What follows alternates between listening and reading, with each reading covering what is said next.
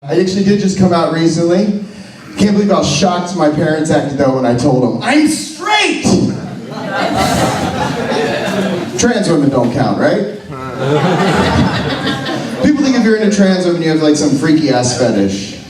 Oh, just like the odds, she's into anal. We're pretty good.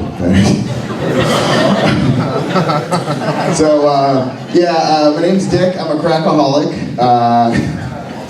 I'm happy to say I've got 4 years, 8 months, 12 days, and fuck, I forgot I sold my watch for blow. Now I'm just high on life. One time I got so high on life, I had to do an 8-ball just to come down. I've always had a knack for running away. When I was a kid, we moved from the Washington, D.C. area in the north to the eastern shore of Virginia in the south.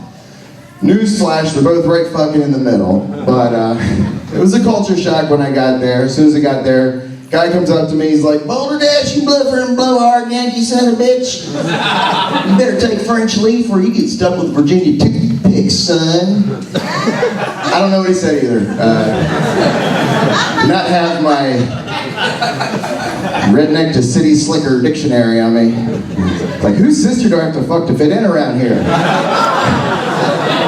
Mine? Oh. And that was my school principal. By the time I was 15, 2 years after we moved there, I was ready to run away from home and join the circus. My parents found out though. Damn it, Dick. Get in the car, we'll give you a lift. It's a true story. They dropped me off right in front of the clown school. It was hard though, I was not that good of a clown. Horrible juggler. The only way I could juggle more than 3 balls would juggle 2 in this hand and spank the monkey with this hand.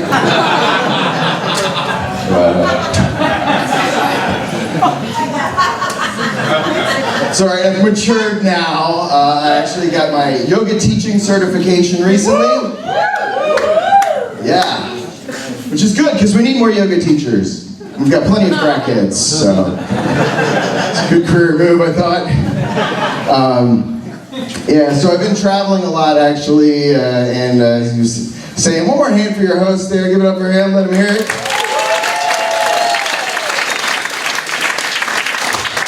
I was traveling around the Midwest and you see some like interesting billboards. One was like thinking of doing meth. Kept driving. 20 miles later, another billboard still thinking of doing meth. Like, well, now that you mention it, fucking yeah. What's the next great ad campaign gonna be against meth? Got meth? It's a meth must-have.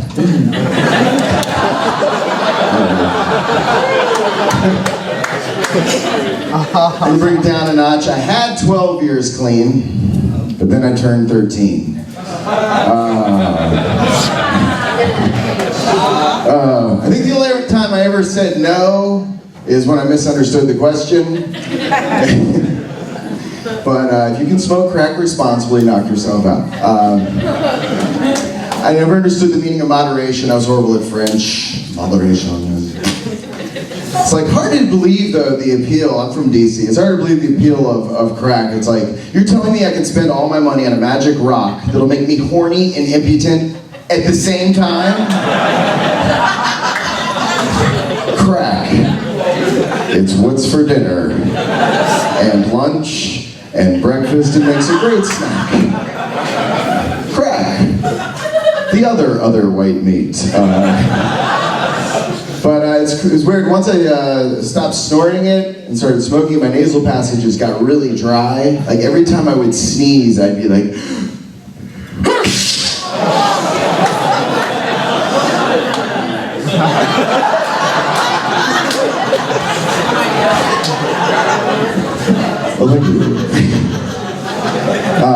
I think my first substance of choice was getting dizzy when I was 7 years old. Where are my twirlers at?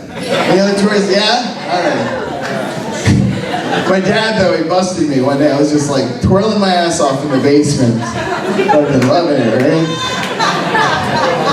Dad's like, what the hell are you doing? It's my alternative to using drugs. Thank you, DARE program. I blame you, Nancy Reagan. Yeah. You bring that cool box in. It's like a lunchbox. Now, he's like, so like if you weren't spinning around in circles, you'd be in an abandoned treehouse shooting up pixie sticks? He didn't know. You snort pixie sticks. But now I'm addicted to comedy. So thank you for enabling me.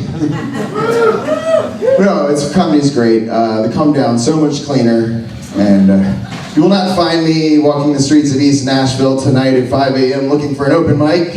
Let me just get like 5 minutes. Come on. You got a mic? Who's got a good mic? I need a good mic. It's like, what you got? $10 or one joke. Knock, knock. Fuck, it's the police! That's how that joke ends. Owing $500 for a microphone. So the town we moved to on the Eastern Shore, I knew it was a shitty town when even my GPS sounded more depressed the closer I got to my house. It's usually a good sign. The town's called Nancock, spelled on a cock. It was very embarrassing using my GPS. Go straight on a cock. Doesn't make sense, GPS.